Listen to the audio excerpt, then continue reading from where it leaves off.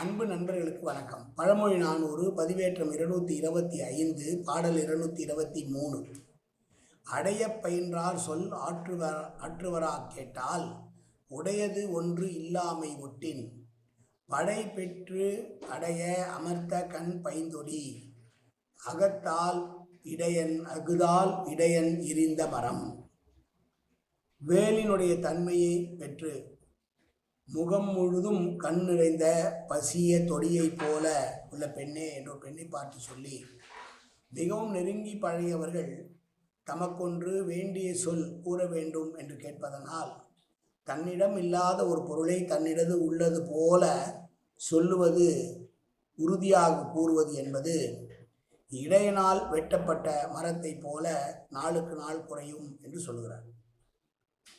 அடைய பயின்றார் என்றால் தன்னோடு மிகவும் நெருங்கி பழகியமால் அவர் கூறுவதை தட்ட முடியாது.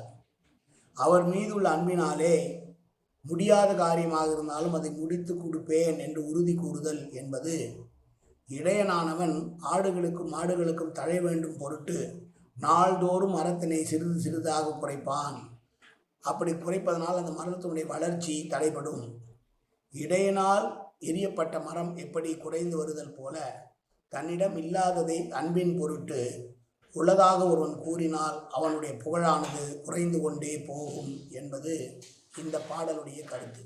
மீண்டும் பாடலை பார்ப்போம். அடைய பயின்றார் சொல் ஆற்றுவர கேட்டால் உடையது ஒன்று இல்லாமை ஒட்டின் படை பெற்று அடைய அமர்த்த கண் பைந்தொடி அகுதால் இடையன் எரிந்த மரம். நன்றி, வணக்கம்.